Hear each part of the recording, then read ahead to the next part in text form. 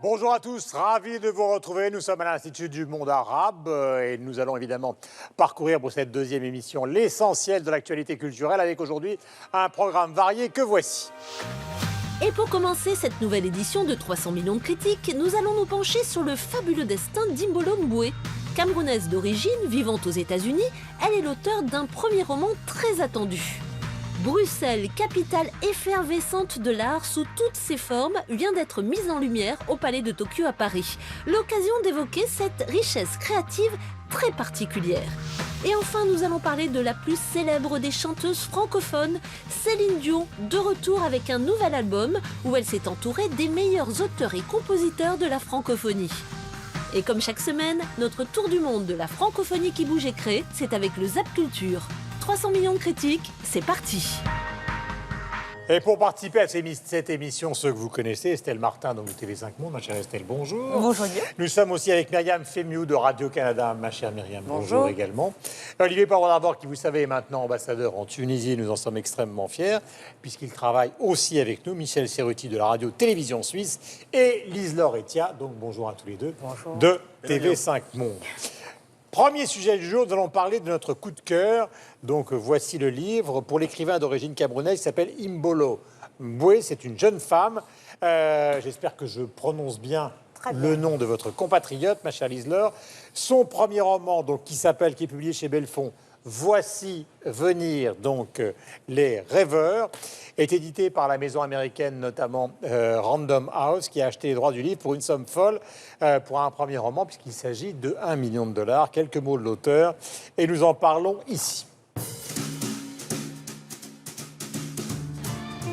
Hi, Behold the Dreamers is a novel about two New York City families. One family is an incredibly wealthy family that lives in the Upper East Side of Manhattan. And the father in that family is a senior executive at Lehman Brothers. And the other family is a working-class immigrant family from Cameroon. And the father in that family gets a job as a chauffeur for the Lehman Brothers executive and his family. So the novel is in effect about the intersection of the lives of these two very different families and the ways in which the recession affected them and the dreams they had for themselves. And particularly the American dreams, because one family, by all accounts, is living the American dream, and the other family is searching for the American dream. And the novel explores how the recession affected this American dream. Voilà, voici venir donc Les Rêveurs est un roman publié aux éditions Belfond de Imbolo Mboué, que voici. En gros, c'est l'histoire au départ, évidemment, d'une famille camerounaise qui vit, qui a émigré à New York. Est-ce qu'on peut avoir, Lise-Laure, avec vous, le détail et évidemment que nous puissions en parler ensemble. Lise-Laure. Oui, c'est l'histoire en fait d'une famille camerounaise, notamment de Djende et de Néni, qui sont de Limbé. Alors Limbé, c'est cette ville dans laquelle il y a la raffinerie de pétrole du Cameroun et qui est située dans les provinces anglophones, parce qu'il y a Limbé et il y a Bamenda. Et c'est un peu autobiographique parce que Imbolo Mboué elle-même est de Limbé, de l'ethnie Bakouri, et généralement les anglophones camerounais ne vont pas vers Paris, mais ils vont plutôt vers l'Angleterre ou les États-Unis. Là, c'est New York. Voilà. Et là, c'est pour ça que c'est le rêve de Djende et de Néni, c'est d'arriver aux États-Unis. Et puis surtout, j'aime bien la façon dont elle raconte, parce que le ton, même pour ce premier roman, je trouve que la façon dont elle le raconte est juste. C'est vrai qu'elle dévoile tous les secrets de l'immigré, parce que généralement, ça reste entre la communauté africaine. Il ne faut pas dire ça aux Blancs, il ne faut pas dire ça.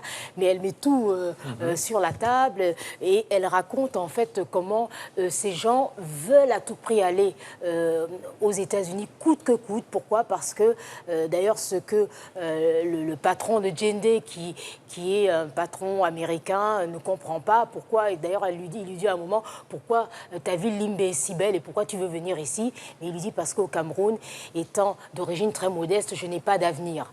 Donc c'est un peu ce rêve, sauf qu'on se rend compte que cette immigration, ce départ, c'est... Djende représente vraiment ce que les jeunes aujourd'hui voient. C'est l'Amérique de Barack Obama, ce noir qui a réussi, qui ne venait de nulle part. Donc, mon frère, vas-y, tout le monde peut réussir. Sauf qu'il y a les tragédies derrière. Et ce que j'aime bien également, c'est que le ton est juste parce qu'on parle en français.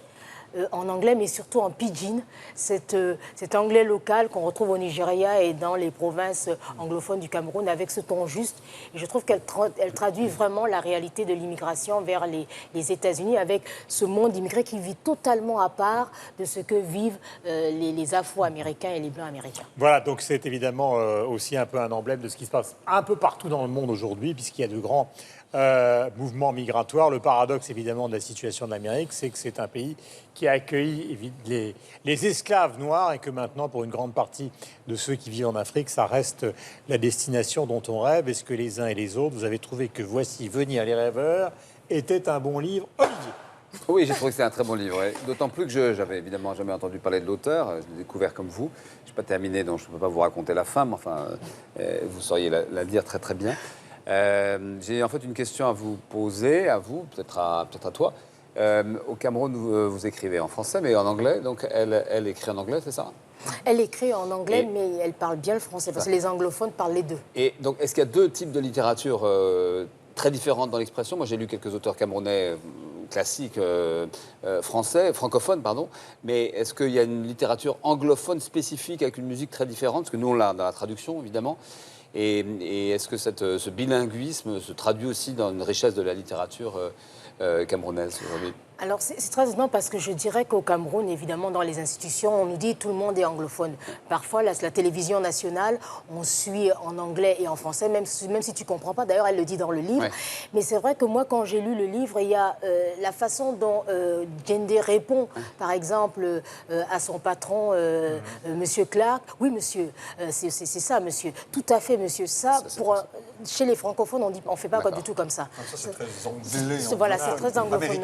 Donc, je dirais qu'il y a quand même une façon d'écrire qui est différente dans la façon de retranscrire. Et on le ressent dans la traduction, hein, parce qu'il y a un côté factuel dans l'écriture. Elle était assise dans le bus avec sa pochette cadeau sur les genoux, suivant des yeux les clients qui entraient et sortaient des magasins de chaussures et de vêtements. C'est une autre façon de... Enfin, c'est apparemment pas très littéraire, au sens où on aime, nous, la concordance des temps, les mystères, la poésie des phrases. C'est entre guillemets un petit peu moins ce qu'on a l'habitude de lire de la part d'auteurs africains, parce qu'ils sont souvent francophones, en l'occurrence. C'est un autre rythme, une autre écriture, en effet beaucoup plus pragmatique et en fond assez nord-américaine. Non, mais je crois qu'il faut dire les choses. Effectivement, si elle est une auteure camerounaise d'origine, elle est aux États-Unis depuis 1998 ou 98 pour parler local. Elle a fait ses études à l'Université de Columbia. Enfin, elle a écrit un roman nord-américain dans le style.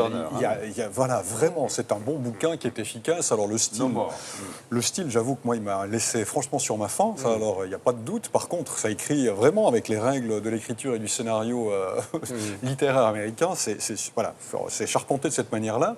J'abonde dans ce que dit Lise Laure pour connaître de l'intérieur, pour des questions personnelles, je ne veux pas étaler ma vie, mais enfin voilà, l'immigration noire africaine et camerounaise en particulier, je la connais extrêmement bien. C'est vrai que c'est un bouquin, c'est presque ethnographique. Encore une fois, c'est vraiment les expressions, la réalité, la ghettoisation, le sentiment d'appartenance, la méfiance envers les autres. Alors c'est propre à l'Amérique du Nord en l'occurrence, mais ça l'est aussi en Europe lorsque les Nord-Africains débarquent. C'est formidablement bien documenté de ce côté-là. Maintenant, moi j'avoue honnêtement qu'au-delà de ça, d'un point de vue littéraire, ça m'a franchement laissé sur ma faim. Au niveau des rebondissements de l'histoire aussi, ça manque un peu de souffle, ça manque d'envergure, mais c'est son premier roman, donc on va la laisser un petit peu évoluer avec ça. Et puis un côté, moi, alors qui m'a presque gêné, par contre, c'est que j'ai l'impression, d'une certaine manière, qu'on en revient presque aux années 40-50 aux États-Unis, lorsque les Noirs américains, la communauté afro-américaine, elle a véritablement combattu contre le côté paternaliste qu'on accordait aux Blancs et la place qu'on réservait aux Noirs américains, ce qu'on a notamment reproché à Louis Armstrong d'être le sympathique noir qui souriait tout le temps puis qui jouait finalement le rôle que le Blanc lui avait attribué.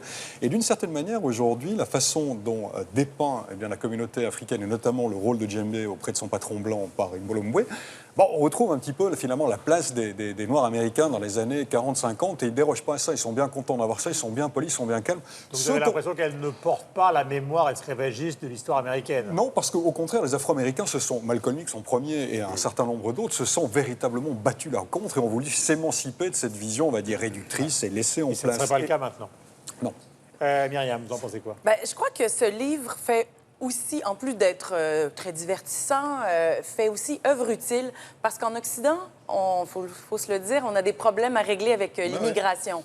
Donc, pour plusieurs personnes qui n'ont pas... Et c'est pas fini, exactement. Donc, pour tous ceux qui ne sont pas entourés de gens qui sont issus de l'immigration, je crois que c'est une belle immersion dans les rêves, les désespoirs, les espoirs déçus, la quête de personnes qui arrivent ailleurs pour espérer un monde meilleur. Donc, ça humanise beaucoup le débat, les statistiques liées à l'immigration.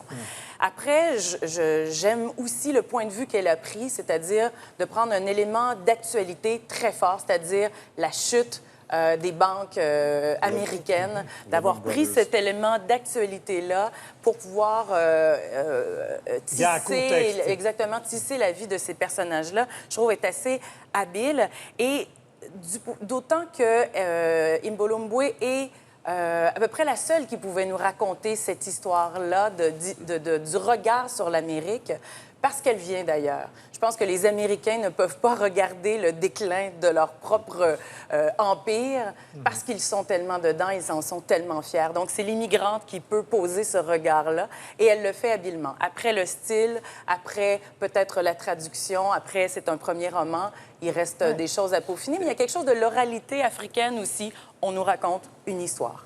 Voilà, Imbolombwe, ça s'appelle Voici venir les rêveurs, ne vous inquiétez pas, je ne vous ai pas oublié. Roman chez Belfond, donc Random House aux États-Unis, le voici. Estelle, c'est à vous. Oui, alors je suis d'accord. Au niveau du style, j'étais assez déçue par Imbolombwe.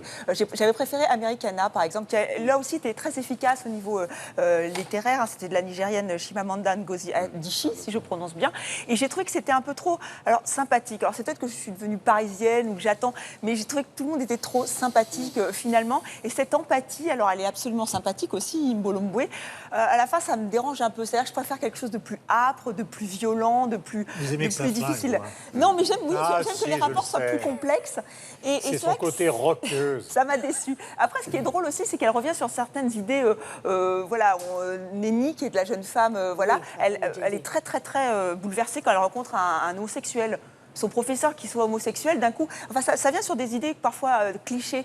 Ou alors son beau-frère Winston qui est avec une blanche, elle a envie de lui dire laisse tomber, tu te marieras jamais avec parce que chez nous ça se fait pas, ça sera sa mère qui va décider dans quelle ethnie. Et ça, c'est des choses qu'on ne dit pas toujours, mais on le dit pas. Mais c'est la réalité. C'est la réalité. Et ça, là j'ai trouvé ça, parce que pour aussi connaître un peu des Africains et même, donc je sais que c'est vrai. Et ça on le dit pas toujours parce que c'est peut-être pas, ça se dit pas. Donc, pour ça, je trouve que c'est intéressant. Après, encore une fois, j'aurais aimé plus de souffle, plus dans l'écriture et dans l'histoire. Voilà. Oui, et alors, j'ai relu juste une autre Camerounaise francophone, Léonora Miano, je ne sais pas si vous l'avez lu, Crépuscule du tourment. Et alors là, voilà. Là, c'est un auteur établi. Oui, mais exactement. Oui, peut-être. C'est un roman choral de 4 femmes et tout la complexité d'être une femme, un homme. Là, ça vous transporte. Voilà, moi, c'est ce que j'attends d'une auteure.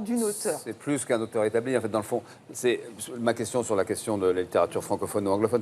J'ai eu l'impression comme c'était de la littérature fabriquée, pour le coup, fabriquée aux États-Unis, alors qu'ici, on a une littérature du Cameroun. Voilà, vous avez la chance de parler deux langues et d'écrire dans deux langues, qui est vraiment de la littérature. Ça fera peut-être un bon film, hein, le bouquin de Mboué. Mais malheureusement, ça ne fait pas un bon roman. Mais vous savez que maintenant, beaucoup d'écrivains ont ça en tête dès qu'un roman s'écrit. Il y a de plus en plus de romans qui sont conçus comme des scénarios avant même que... C'est d'ailleurs ce qui explique les avaloirs colossaux. Oui, et toute l'histoire autour, en effet, de cette fille fait qu'à mon avis, il y a déjà le droit visuel sont déjà... Et vu la façon dont le roman se termine, il y aura assurément également une suite. J'espère que... Imbolombwe. Je suis prêt à prendre les paris. Je pense qu'on n'arrête pas de nous raconter... Olivier a raison dans le sens où c'est vrai qu'on nous raconte toute cette histoire littéraire, le fait que le livre a été acheté une fortune à Francfort. On sent qu'il y a toute une couverture médiatique qui a été... Voilà, le sage, ne tombons pas dans le panneau. Non, mais on passe un bon moment. En même temps, on passe un bon moment. C'est bien le matin pour faire un exercice vocal. Ne tombons pas dans le panneau. J'espère qu'il sera lui aussi ne surtout en tombons pas Afrique. dans le panneau. Ne tombez pas dans le panneau, Liselor, s'il vous plaît. Ne tombez pas dans le panneau. Ne tombons pas dans le panneau.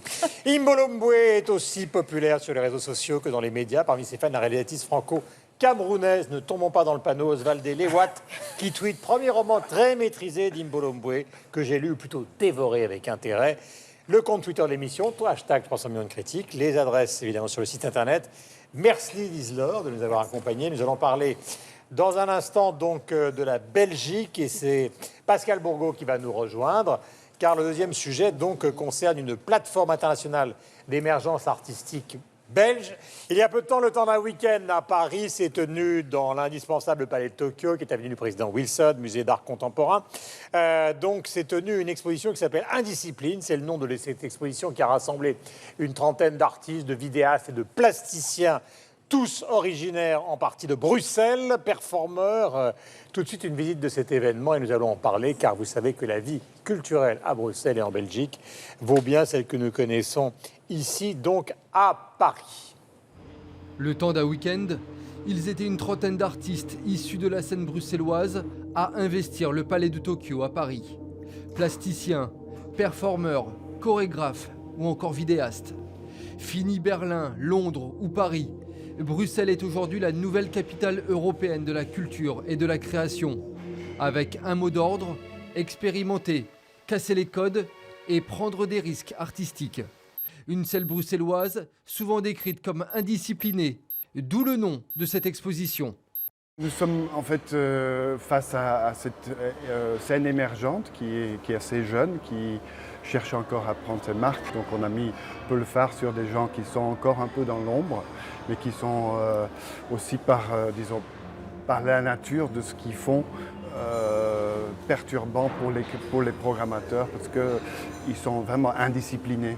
Et donc c'est pour ça aussi qu'on a pris le mot, c'est pas vraiment le transdisciplinaire, c'est plutôt le fait qu'ils sont peu disciplinés. Des artistes indisciplinés qui souhaitent avant tout faire réagir le spectateur et interagir avec lui. C'est le cas du collectif Atomique 3001. Avec son spectacle chorégraphique, il nous propose de nous libérer et de nous abandonner par la fête et par la danse. Dans Atomique 3001, on a vraiment voulu travailler sur cette notion d'énergie. C'était un point de départ et sur la notion d'empathie, donc de créer une énergie physique, sonore et visuelle qui emmènerait le spectateur par empathie dans une puissance corporelle qui les atteint. Et puis on évolue vers quelque chose de plus vital, un peu plus essentiel, presque chamanique, en provoquant peut-être une transe si ça fonctionne. Objectif désormais des organisateurs, pouvoir renouveler cette expérience parisienne et investir à l'avenir d'autres capitales européennes. Pascal, bonjour. J'aime bien. Et il faut qu'il y ait une sorte d'attention qui tout d'un coup se jette sur vous. Souvent, l'on dit de Bruxelles que c'est l'effervescence et que nous serions irraisonnables. Est-ce que c'est vrai? Et qu'y a-t-il dans cette exposition? Alors, d'abord, cette exposition, comment a-t-elle été créée? 3 institutions en Belgique, à Bruxelles, ont parrainé, ont fait le choix des artistes. D'abord, le Kust Festival des Arts, qui est la rencontre à Bruxelles au mois de mai pendant 3 semaines. Tout ce que compte l'art contemporain se retrouve à Bruxelles, à la fois les plasticiens, les arts vivants, les vidéastes, etc. Yann Fabre et les autres, tout cela se retrouve là. À ne pas manquer. Deuxième institution incontournable, le Centre Wallonie-Bruxelles, que je ne présente plus, Centre Wallonie-Bruxelles de Paris, en face du Centre Pompidou, extrêmement dynamique également, qui représente les Belges à Paris. Troisième institution, le WILS, comme on dit chez nous, et non pas le WILS, comme vous dites chez vous, qui est le centre d'art contemporain à Bruxelles et qui, ce n'est pas une histoire belge, est installé dans une ancienne brasserie et qui est également l'institution de référence. Alors, ils ont sélectionné les artistes que vous verrez, comme vous l'avez expliqué, au Palais de Tokyo. Alors pourquoi Bruxelles est le fief de l'art contemporain aujourd'hui? Il y a 4 raisons, à mon avis, identifiées, mais on peut en débattre. Première raison, l'histoire de la Belgique. Vous savez que la Belgique, c'est un pays relativement jeune. On existe depuis 1830. On a un patrimoine intéressant, mais qui n'est pas non plus extraordinaire. Et donc, d'une certaine manière, on est assez libre dans notre approche à l'art parce qu'on a cette liberté de créer. Et puis, on n'a pas énormément de fierté nationale non plus. Donc, on est très tourné vers l'extérieur. Et c'est la deuxième raison, c'est que la Belgique, c'est petit. Nous, on fait 150 km. On est chez quelqu'un d'autre, à l'extérieur. On est très tourné vers l'extérieur. Donc, on a été beaucoup influencé par ce qui se passe chez nos voisins et d'autre côté de l'Atlantique. La troisième raison, c'est une raison, disons, économique, c'est que l'immobilier, chez nous, est relativement bon marché, à la fois pour les artistes, c'est assez facile de trouver des appartements, des ateliers, pour les galeries, notamment, un certain nombre de galeries se réinstallent à Bruxelles, notamment, et aussi pour les expatriés français. Parce que vous savez que chez nous, les premiers... D'où la raison pour laquelle les galeries s'installent à Bruxelles. Oui, mais l'argent aussi... français part à Bruxelles, donc les galeries ouvrent, voilà. évidemment. Et les collectionneurs aussi, c'est-à-dire que nous, la première... Mais qu'est-ce qu'il y a dans cette exposition qui s'est donc passée à Paris qui est intéressant? Parce que le foisonnement le belge, on le connaît. Alors, il y a de tout, absolument de tout. C'est impossible à résumer. Il y a à la fois des vidéastes, des plasticiens. Je ne peux pas vous résumer ça en très peu de temps. Et il n'y a pas que des Belges. C'est ça qui est intéressant. Il y a notamment une petite Iranienne qui a fait 2 films sur l'Iran, qui a une vision complètement différente de ce qu'on peut imaginer. Donc, il n'y a pas que des Belges. C'est ça qui est intéressant. Olivier. Pour prolonger ce que dit... Et après, Michel. Pour prolonger, pardon, Michel. Pour prolonger ce que dit Pascal, pour répondre à votre question, qu'est-ce qu'il y a? Il y a cette pluridisciplinarité qu'on n'a pas à Paris, dans le fond. Parce qu'il y a des plasticiens, il y a des cinéastes, il y a des danseurs, des chorégraphes, des gens de théâtre. Et la Belgique a inventé plein de choses, à part Pascal. Elle a inventé cette multiculturalisme dont on a parlé là. Il y a beaucoup d'artistes étrangers qui sont installés à Bruxelles, comme c'était le cas à Paris au début du XXe siècle, parce que tout simplement, le prix du café à Montparnasse était moins cher qu'ailleurs. Donc on venait, comme on est allé à Berlin aussi dans les années 90, parce que là, les appartements pour les artistes étaient moins chers. Et là, il y a cette rencontre des arts, en plus que des cultures différentes, qui est assez extraordinaire. Et ça a produit quand même ce dont vous parliez, Pascal, au Kunsten Festival des Arts, des artistes du monde entier qui sont venus. Certains sont installés. La danse contemporaine, qu'elle soit flamande ou wallonne d'ailleurs, a essaimé partout dans le monde. Dans le fond, moi je suis fasciné par cette multiculturalité de l'Europe. Et ça devient un gros mot maintenant, le multiculturalisme. En l'occurrence, vous l'incarnez bien. Et alors, évidemment qu'il y a des sujets dramatiques comme le djihadisme, et j'en sais quelque chose étant maintenant aujourd'hui en Tunisie. Mais il y a aussi de ces rencontres, de ces cultures, de ces mélanges du Nord et du Sud que vous cultivez chez vous, des choses formidables qui sont nées. Je voudrais signaler d'ailleurs, puisqu'on parle de la Belgique, que l'un des grands représentants de la culture belge aura droit à une nouvelle rétrospective, je crois, au Centre Pompidou. Il s'agit de René Magritte. Michel. Absolument. Ouais, je voulais juste rebondir sur ce que disait Pascal par rapport aux nationalités des artistes qui sont là et qui témoignent aussi de quelque chose de passionnant par rapport à Bruxelles, c'est qu'il y a une quantité d'artistes internationaux. Ce n'est pas uniquement des Belges qui sont présents, il y a même, en tout cas, des artistes suisses qui sont là, les sœurs H qui ont participé à cela. Et ce qui est intéressant véritablement par rapport à Bruxelles, c'est il y a ce côté d'abord qui est fédéraliste au niveau politique, qui est capable d'englober les influences qui sont extérieures, qui est tourné vers l'extérieur, mais c'est un point important parce que c'est ça la différence, à mon sens, qu'il y a par rapport à la Suisse notamment, c'est que comme le coût de la vie est possible, on va dire, est acceptable, et voilà, donc il n'y a pas simplement d'artistes ou de personnalités étrangères qui viennent s'établir et qui y travaillent et qui y créent. Alors qu'en Suisse, aujourd'hui, on a un foisonnement artistique qui n'est pas négligeable non plus. J'ai eu l'occasion d'expliquer plusieurs fois dans les émissions, parce que c'est fédéraliste aussi, parce que les villes, le canton, la nationalité, les mécènes privés et autres, il y a tout ce grand mélange qui permet l'éclosion. Mais c'est relativement compliqué pour un artiste étranger de venir, en Suisse en l'occurrence, à cause du coût de la vie, et on n'a pas ce côté... On a moins ce côté, en tout cas en Suisse, qu'on peut retrouver à Bruxelles, où toutes les nationalités vont venir. Et en plus de la folie légendaire qu'ils vont tous payer cette capitale, et moi qui me séduit particulièrement, parce que voilà, il y a quelque chose qui se passe avec la Belgique en général. En plus, il y a des influences, comme le disait très bien Olivier, multiculturelles. Et il faut que nous mettions l'accent là-dessus, parce que c'est important. C'est comme ça que les choses se créent véritablement. Qui sont possibles à Bruxelles et qui sont moins possibles dans des villes comme Zurich ou Bâle ou Genève en Suisse. Myriam. À cause du coût de la vie. J'avais l'impression que quand Pascal expliquait le contexte, le terreau fertile pour les artistes, qu'elle présentait le Québec. Ouais. Parce qu'il y a vraiment ça, multiculturalisme, multilinguisme, jeune territoire. Donc, tout est possible. On peut tout essayer. Et tous ces gens-là travaillent ensemble beaucoup chez nous. Donc, il va y avoir la culture digitale qui va se mélanger à la musique, à la danse.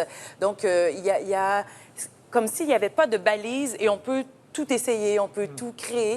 Et il y a plusieurs lieux comme ceux-là où on présente ces plasticiens, ces danseurs, ces dessinateurs. Chez nous, par exemple, je pense à la Galerie Arsenal, au Centre Phi, qui est même un endroit où on invite les artistes à utiliser ce lieu-là comme un laboratoire de création. Donc, je pense que ce multilinguisme et ce multiculturalisme permet ça, de laisser tomber les barrières de ce que doit être l'art.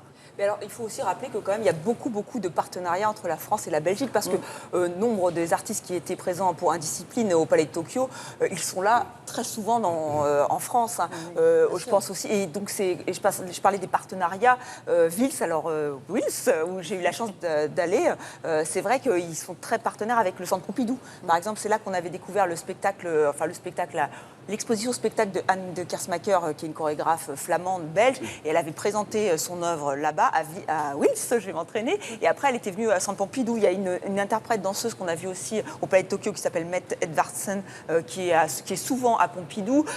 Younes Baba Ali, lui qui fait un travail, alors lui qui est d'origine marocaine, qui fait beaucoup de travail autour du ready-made.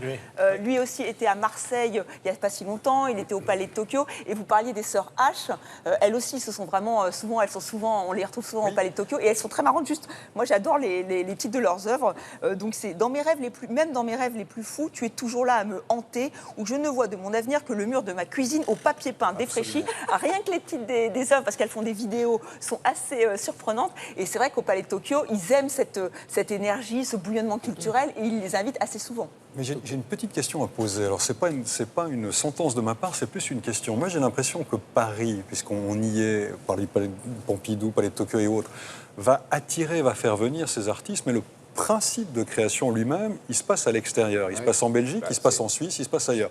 Et j'ai l'impression... Pas toujours pour WAP, par exemple, c'est vraiment une coproduction. Vous savez, c'est normal, Michel, quand on prône l'identité rikiki, hein, ce qui est un peu ce qu'on entend en France, là, c'est-à-dire resserrer sur elle-même, ça ne produit pas exactement. Alors on continue d'accueillir parce qu'il y a ces lieux magnifiques qui accueillent beaucoup d'étrangers.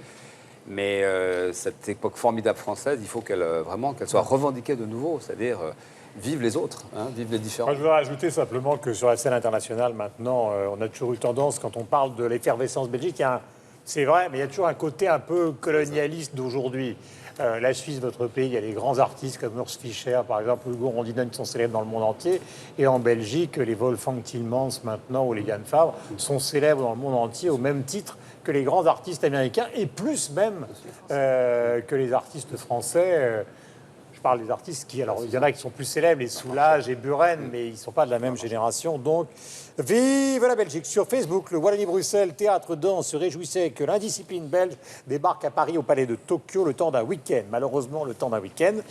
Donc, hashtag 300 millions de critiques, les adresses au site internet, aux adresses qui s'affichent au bas de l'écran. Et un dernier débat du jour.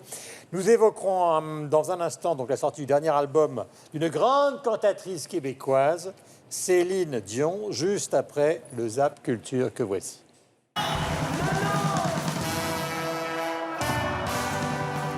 L'univers qui a bercé toute mon enfance, c'est la variété française, d'Alain Souchon à Woolsey, à Scheller, à Escher. Sébastien Meyer, jeune écrivain lausannois, est celui par qui la polémique s'est enflammée. C'était en juin dernier dans les colonnes du Temps, puis à la radio entre l'auteur et Pascal Vandenberg, président des librairies Payot. On a l'impression, quand on lit l'article de Sébastien Meyer et d'autres auteurs, que tout le monde s'en fout plein les fouilles, sauf les auteurs. C'est faux et archi-faux. Une micromafia qui s'en mettrait plein les poches, voilà les mots qui fâchent à peu près tout le monde. Cette femme-là, Jane Rose, c'était un point culminant de l'utopie.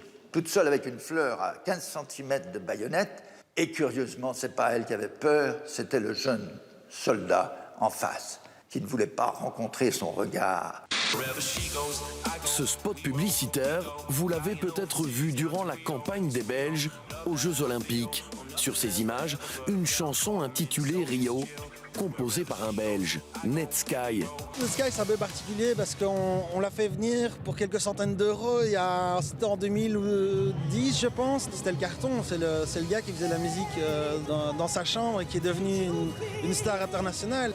Séance photo, nombreuses entrevues, Denis Villeneuve tenait à faire acte de présence à la Mostra. C'est un vieux rêve de venir à Venise en compétition, là. L'arrivée, le film du réalisateur québécois a été présenté en première mondiale jeudi. La Belle au bois dormant est une féerie sur pointe. Ce ballet inspiré des contes de Perrault a été créé en 1890 en Russie par un chorégraphe français, le bien nommé Marius Petipa. Je crois au génie de Petit Pas. Personne n'a fait mieux que lui. Il était vraiment le Shakespeare du ballet. Cette tête de Tintin et Milou près de la gare du Midi à Bruxelles est le dernier symbole d'une histoire fantastique. Celle du journal Tintin, créé il y a 70 ans par un artiste de génie, Hergé, et un homme d'affaires avisé, Raymond Leblanc. Il y en avait des jeunes qui se présentaient et Hergé les examinait, les filtrait, les conseillait. Ici, on favorise les jeunes talents. C'est le cas d'Elisa Favre, qui interprète Eurydice. Je pense que pour un premier rôle, c'est un personnage excellent dans l'opéra de Monteverdi, parce que dans la narration, on est très important, donc on est mis en valeur, on est soigné. Audrey Tautou, Mélanie Laurent et Bérénice Bejo, 3 comédiennes unies par la grâce dans un film qui ne ressemble à aucun autre. Éternité est une histoire de filiation. La vie sur un siècle de 3 femmes.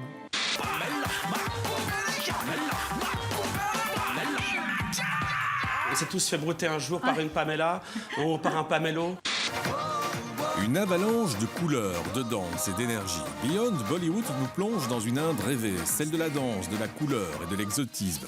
Tous viennent de Bollywood, sauf une, Carla Bisset Benchikou, qui est belge. J'avais jamais été en Inde avant, j'étais pas du tout passionnée par cette culture ou quoi que ce soit. Je me suis retrouvée plongée dedans complètement et j'en suis tombée complètement amoureuse. Un voyage loin de la grisaille et de l'amorosité.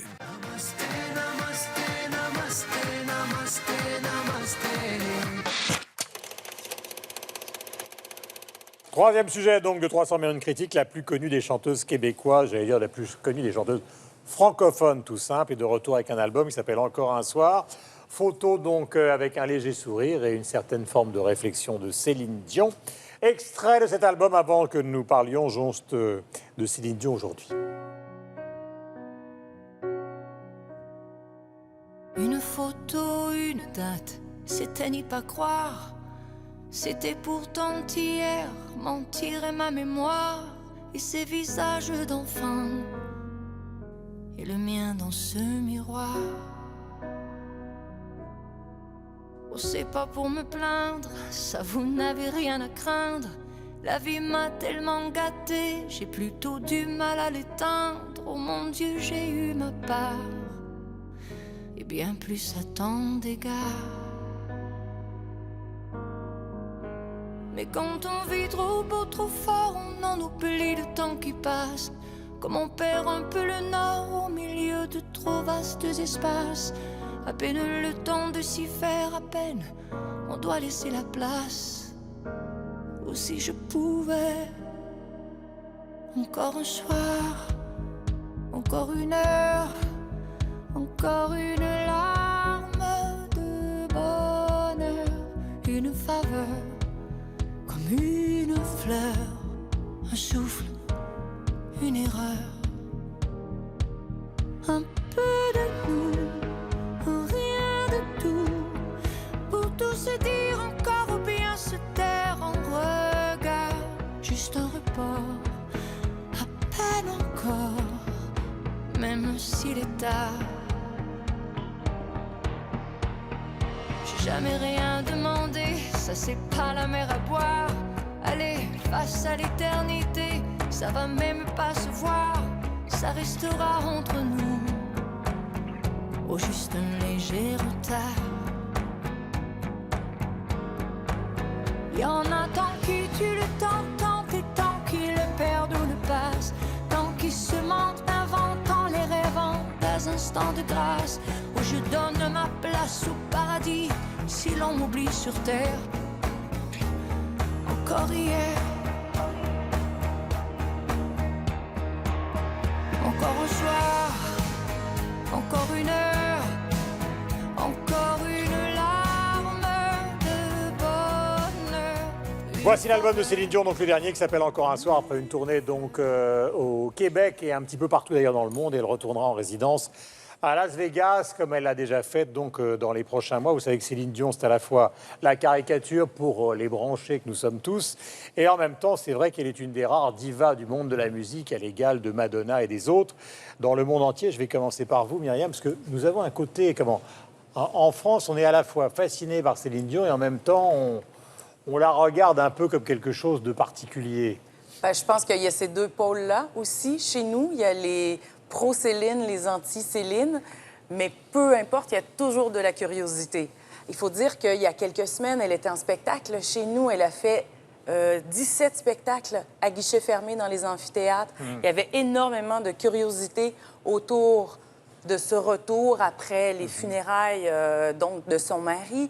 Il y a eu Tapis Rouge à Montréal. De grandes vedettes se sont présentées à son spectacle. Il y a eu point de presse, les journalistes étaient là. Ensuite, à Québec, elle a fait une espèce de bain de foule. Il y avait une hystérie collective autour de son arrivée. Qu'allait-elle porter? On a beaucoup parlé de son nouveau styliste. Allait-elle être contrie de peine? Comment allait-elle afficher ce retour? Donc, beaucoup de curiosité. Et je pense puis de nouveaux auteurs aussi. Vianney, Zao. Grand Corps Malade. Voilà. Donc voilà, cet album-là, pour les pro-Céline et les anti-Céline, serait la réponse à toutes ces questions-là. Donc, il y avait beaucoup d'attentes sur le disque Encore un soir. Vous avez lu les dernières critiques qui sont sorties sur l'album, donc je ne vous ferai pas nécessairement mais Estelle Martin, je la connais par cœur. Hein. Elle est plutôt du côté de Debbie Harry que de Céline Dion. Donc, on lit à cœur ouvert, ou à livre ouvert. Si. Mais elle s'est très bien entourée pour cet album-là. Cabrel, Goldman, il y a qui d'autre autour de cet album-là? Grand Corps Malade, on l'a dit, Serge Lama. Donc voilà, il y a de grands noms là autour. Autant d'auteurs qui réjouissent. Regardez. Je la connais par cœur. Cabrel, vous avez oublié Cabrel. Oui, voilà, comment oublier Cabrel. On va enchaîner. Mais ce qui est important, merci d'ailleurs Myriam d'avoir rappelé le contexte de ce retour, c'est quand même que pour les Américains, pour beaucoup, il n'y a pas cette espèce d'ironie française. Ils considèrent que Céline Dion, c'est à peu près la même chose que les grandes chanteuses que sont Rihanna, Beyoncé, etc. C'est-à-dire une voix extraordinaire qui parcourt le monde et qui remplit Bercy et toutes les grandes salles de spectacle du monde. Mais là, je suis d'accord. Elle a une voix extraordinaire et c'est une performeuse incroyable. Et en plus, sa vie est pas... un conte de fées serait peut-être dur, mais elle a quand même transformé sa vie. Moi, c'est ce que je reproche un peu à Céline Dion, c'est un peu trop de tout, quoi. Trop de talons, trop de pathos, presque trop de voix. J'ai l'impression qu'elle fait tout dans l'excès. Oui, alors Rihanna aussi, mais alors, je ne sais pas pourquoi, mais j'accepte plus ça de Rihanna. Là, voilà, c'est un album sur le deuil, parce qu'elle a perdu son René. Voilà, elle a fait appel alors aux Français pour écrire cette douleur, cette souffrance. Ça me gêne un peu parfois. Regardez Beyoncé, que vous adorez Beyoncé, elle vient d'écrire un album entier sur les infidélités de Jay-Z. Oui, mais déjà, ça me fait plus rire. Oui, c'est ça. Mais en fait, voilà, elle préfère... C'est plus groovy. Voilà. Non, mais là, encore un soir, c'est Goldman. Et c'est le seul titre que j'ai apprécié, parce que même ces tentatives avec Grand Corps Malade, et alors la reprise de Charlevoix, là aussi, ça m'a laissé un peu perplexe, on va dire ça, voilà, ça m'a un peu laissé perplexe. Mais parfois, je pleure avec Céline Dion, je dois le dire. Dans Mommy, quand il chante « On ne change pas », alors là, j'avoue, je m'effondre en larmes, et c'est vrai, mais je trouve qu'il y a trop de larmes avec Céline Dion. Bon, d'abord, moi, je note deux choses. C'est que vous portez des talons aussi, vous en êtes très fiers, donc arrêtez de critiquer ceux de Céline Dion.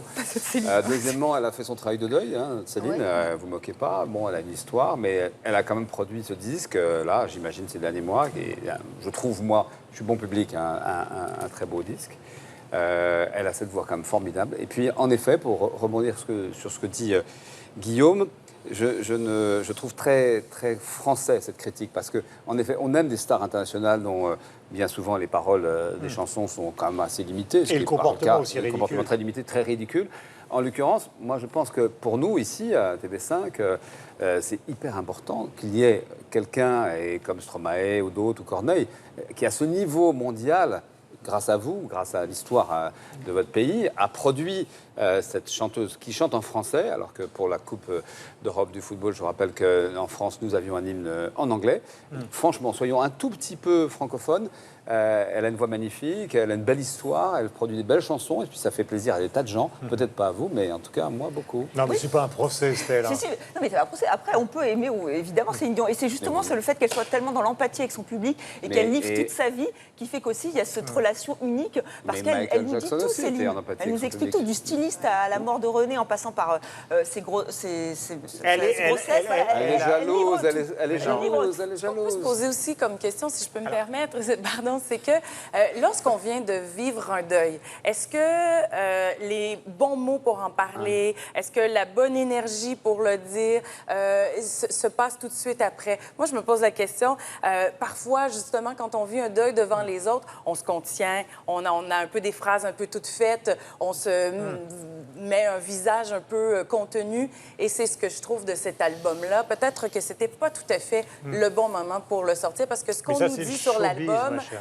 Ce qu'on nous dit sur l'album, c'est du showbiz. Voilà, et moi, j'ai envie de plus de vérité de la part de... C'est toujours évidemment le problème, c'est la bataille entre, d'une certaine manière, la variété au sens showbiz mondial. Le showbiz, et pas forcément. Moi, je pense que le deuil, je suis assez d'accord avec Olivier, c'est que c'est tellement personnel. Moi, je pense qu'on ne peut pas monter sur scène comme elle l'a fait dans tous ces endroits et écrire un album si elle n'avait pas fait ce cheminement intérieur. Et je trouve que la chanson « Encore un soir » dont on parle est une magnifique chanson à cet égard, parce qu'elle trouve, les paroles sont vraiment universelles. Je ne sais pas si ici autour de cette table vous avez perdu quelqu'un, un être aimé. Moi, en tout cas, c'est mon cas. Et cette chanson m'a parlé. C'est extrêmement émouvant. C'est pas rigolo du tout, mais la chanson est magnifique. Et quand elle la chante, on sent l'émotion. Le jazzman. Bon. Alors, il y a une partie intellectuelle, une partie émotive, on va dire ça comme ça. Pour la partie intellectuelle, je partage mot pour mot ce qu'a dit Olivier. Vraiment. Alors, j'ai rien à ajouter, je suis entièrement d'accord. Mais moi aussi. Et puis, je partage aussi, évidemment, le fait qu'évidemment, elle a une voix qui a tombé par terre, Céline Dion. Maintenant, je dois vous avouer que j'ai passé une bonne nuit de semaine, j'ai fait du yoga, j'ai bu une tisane, j'étais vraiment pas préparé, j'ai écouté tous les morceaux.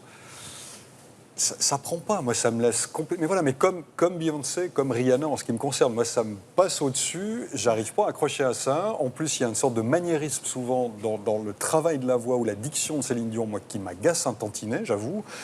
Donc, j'arrive pas à accrocher à ça. J'ai écouté le disque, mais voilà, moi ça ne me parle pas, ce qui n'enlève rien. Si vous voulez, ces dernières années, il faut dire le pouvoir de la musique, disons, rock variété, a été entièrement pris par les femmes, contrairement aux hommes. Aujourd'hui, les grandes stars, c'est plus Prince ni Michael Jackson, c'est Rihanna, Beyoncé, Adele, Céline Dion, etc. Le pouvoir du showbiz, c'est les femmes aujourd'hui. Et une grande partie, parce que ce n'était pas le cas, par exemple, de grandes chanteuses comme Aretha Franklin, ou Janis Joplin, qui étaient des monstres de leur époque, mais des monstres dominés par les hommes quand même, parce que c'était quand même la génération, il y avait les Rolling Stones, les Beatles. Là, aujourd'hui, le pouvoir dans le showbiz mondial, il est pris par les femmes. Et je pense que c'est presque de la géopolitique, ce que disait Olivier tout à l'heure. Ce qui est intéressant avec Céline Dion, c'est qu'il y en ait une du monde francophone qui ait accédé à ce pouvoir absolu. Très difficile de percer quand même en étant francophone dans un marché mondial qui est industrie culturelle totalement. Il faut quand même reconnaître une chose. Alors après, on peut pas du tout aimer cette musique. Alors c'est pas une question d'homme-femme, mais quand vous parlez de Prince, quand vous parlez de Michael Jackson, non, mais au niveau de l'intérêt, on va dire, musical. Ce disque-là, par exemple, en termes simplement d'intérêt musical, d'innovation, c'est super propre, c'est super bien fait. Non, mais je veux dire, des gens comme Prince, des gens comme Michael Jackson, à travers Quincy Jones, Michael Jackson, ça n'a aucun rapport. Voilà, on a mais ils étaient les hommes qui dominaient le showbiz mondial, et aujourd'hui, c'est une autre génération, et ce sont toutes des femmes. Oui, mais par exemple... D'ailleurs, il y a un truc qui est très marrant, pardonnez-moi de vous interrompre, mais vous regardez sur Internet, il y a un passage de Céline Dion dans le plus célèbre talk show américain, celui de Jimmy Fallon, où on lui demande de faire une imitation de toutes les chanteuses, justement, qui dominent le monde d'aujourd'hui, et elle est hilarante. Et alors, les performances vocales sont insensées, parce qu'elle chante du rap comme Nicki Minaj. À un moment, vous savez, Sia, cette chanteuse qui se fout une perruque pour rester anonyme, qui a une voix qui remplirait 3 cathédrales, elle l'imite en se mettant les cheveux. Non, j'ai l'impression, mais peut-être je me trompe, hein, Myriam, que nous avons, peut-être à cause des gens qui l'ont interviewée en France un peu trop longuement, si vous voulez, on a une vision erronée de Céline Dion. Elle a une part de dinguerie que les Français n'ont pas, parce qu'elle est toujours assise sur le même canapé en la regardant avec... Elle est très drôle. Et on ne s'en rend pas compte, quoi. On en a fait un personnage banal. Ça, c'est sûr. Je ne suis pas convaincue que ce sont seulement les médias, par contre, qui ont fait d'elle un personnage banal, si je reprends vos paroles. Je crois, vous disiez, et c'est là, je pense, elle est devenue un empire. 630 millions de dollars, plus que les Beyoncé, Rihanna de ce monde.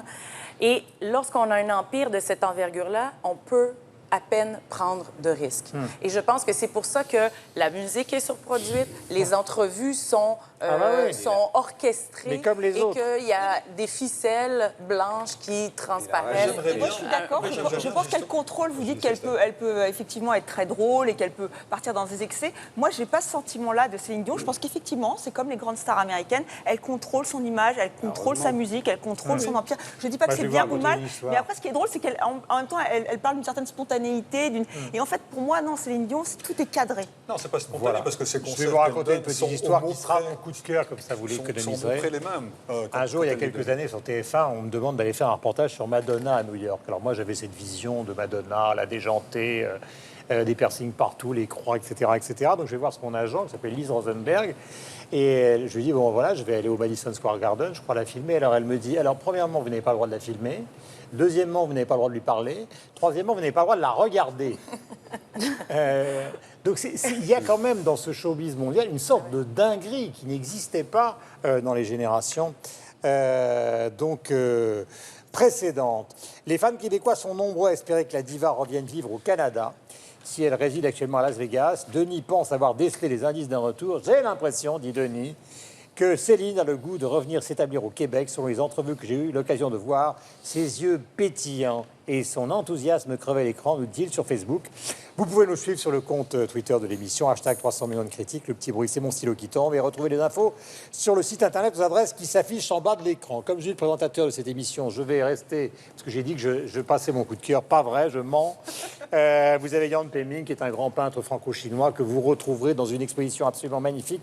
Je ne vais pas en faire moi la promotion. Vous trouverez les articles dans Télérama, dans le monde, partout. Ça s'appelle Ruines du temps réel et c'est jusqu'au 25 septembre. Donc précipitez-vous si vous avez l'occasion d'aller au Centre régional d'art contemporain de Sète. C'est un Chinois qui peint comme de Kooning des grands tableaux d'histoire ou des grands portraits. C'est un grand artiste. Voilà. Donc un peu de mauvais esprit en coup de cœur avec Jean-Yann. D'accord, il était misogyne, il était très... Jean-Yann interviewant Céline Dion. Ah oui, j'aurais adoré. Voilà, j'aurais adoré parce que c'est ça que j'apprécie chez Jean-Yann, c'est que vraiment il tirait sur tout le monde, toutes les institutions et pas seulement. C'était vraiment du politiquement incorrect. Je ne sais pas si aujourd'hui c'est possible. Ça me rappelle des proches avec Françoise Sagan, du tripotant le tailleur.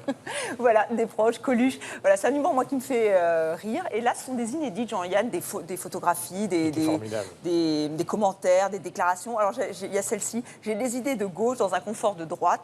C'était ça. Voilà, Jean-Yann, moi, j'ai toujours été assez... je l'adore en tant qu'acteur, Le Boucher. Je trouve que c'est un film absolument incroyable. Ouais. Et il faisait atroce. Il était horrible, avec Stéphane Audran.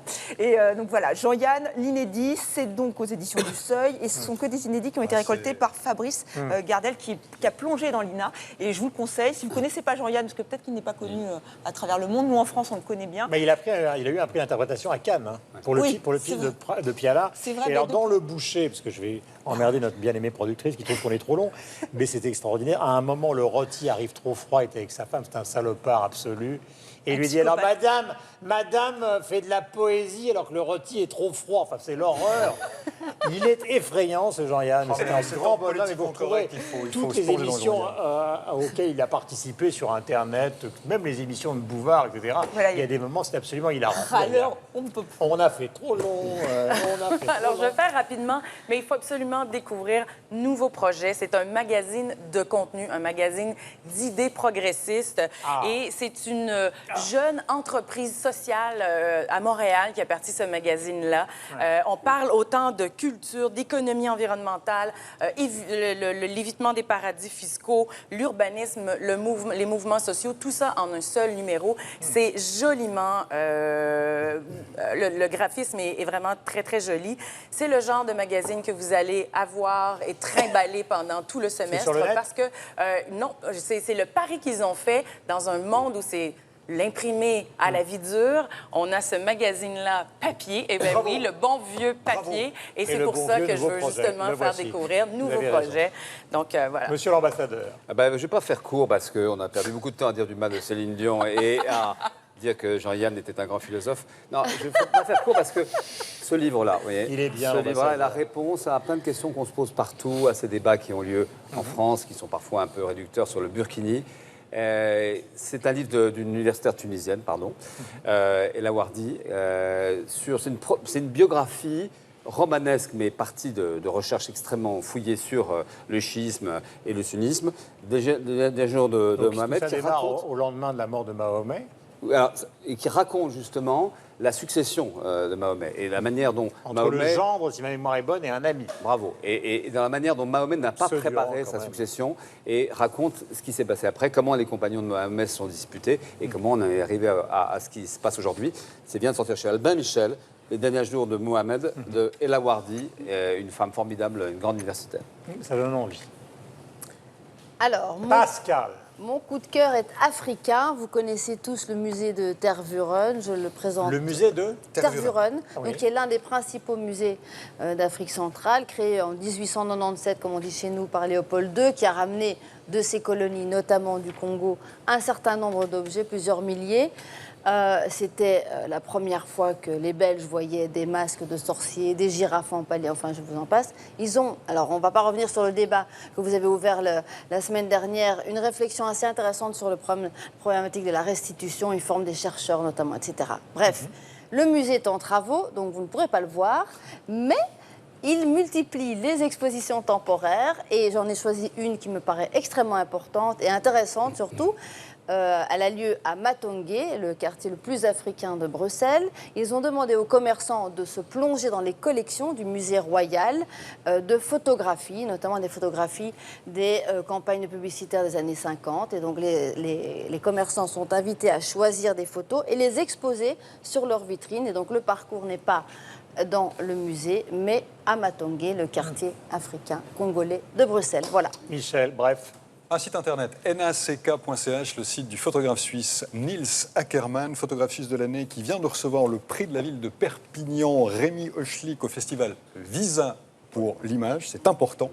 Il est récompensé pour son travail qu'il a fait sur l'Ukraine, où il a notamment suivi pendant 3 ans la jeunesse de la ville de Savouchitch. Alors c'est la plus jeune ville d'Ukraine qui avait été bâtie juste à 40, enfin pas juste à côté, qui a été bâtie à 40 km de Tchernobyl pour y loger les travailleurs, et il a choisi d'illustrer ça. C'est vraiment un travail qui est extrêmement intéressant, pour lequel il a été récompensé et que je vous conseille de découvrir en allant visiter son site. Merci mille fois. Tout à l'heure, je parlais de Jean-Yann dans Le Boucher. C'est dans Que la bête meurt, donc qui a tourné avec Claude Chabrol. En tout cas, ce rôle du salopard qui écrase un enfant. Salut, à la semaine prochaine. Une photo, une date, c'était n'y pas croire. C'était pourtant hier, mentir est ma mémoire. Et ces visages d'enfants, et le mien dans ce miroir. Oh, c'est pas pour me plaindre, ça vous n'avez rien à craindre.